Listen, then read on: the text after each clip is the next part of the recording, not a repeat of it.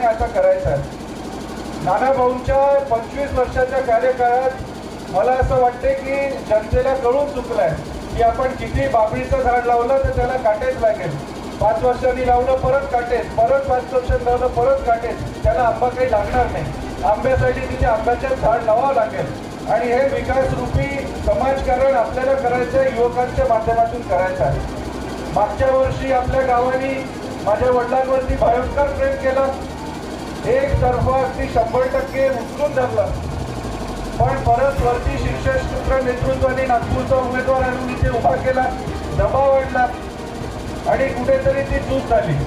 माझ्यावरती पण मी तुम्हाला जबाबदारीने सांगतो, भयंकर दबाव, खूप जास्त दबाव प्रदेशातल्या नेत्यांचा, देशातल्या नेत्यांचा आणि म्हणजे AICT सारख्या ज्या संस्था असतात त्यांचे चेअरमन डायरेक्टर यांचा दबाव आणि भारताच्या कित्येक मंत्र्यांचे फोन आले.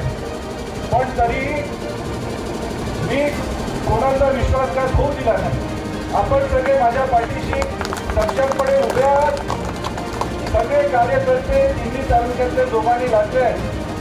त्यामुळे असा काही निर्णय घेणे ज्याने कोणाचा विश्वासघात होईल, मग माझं जे होईल ते होईल, पण विश्वासघात झाला नाही पाहिजे म्हणून मी उभा आहे. आणि माझा हाच विश्वास आहे की आपल्या गावातून अधिकाधिक विक्रमी आजपर्यंत सगळे विक्रम तोडून कढई चिन्हाला मतदान होईल याचा मला विश्वास आहे. मी तुमचा पोरगा आहे.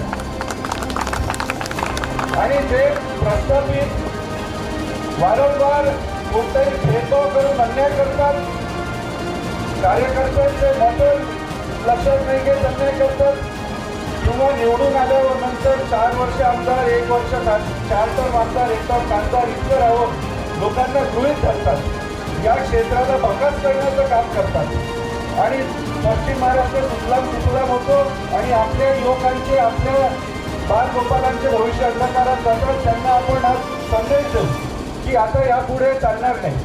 पश्चिम महाराष्ट्राचे उदाहरणं देणं आपण बंद करू. आपला साकोली लाखनी लाखांदूर उदाहरण बनवण्याचं काम नक्की होईल.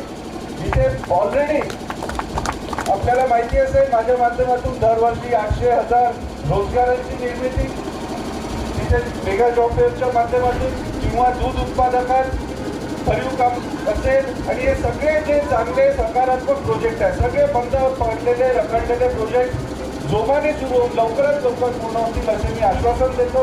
आणि आपला आशीर्वाद माझ्या पाठीशी असाच जाऊ द्या. आपलं गावचं प्लस आहे, मला माहिती आहे, खूप मताधिक्याने प्लस आहे.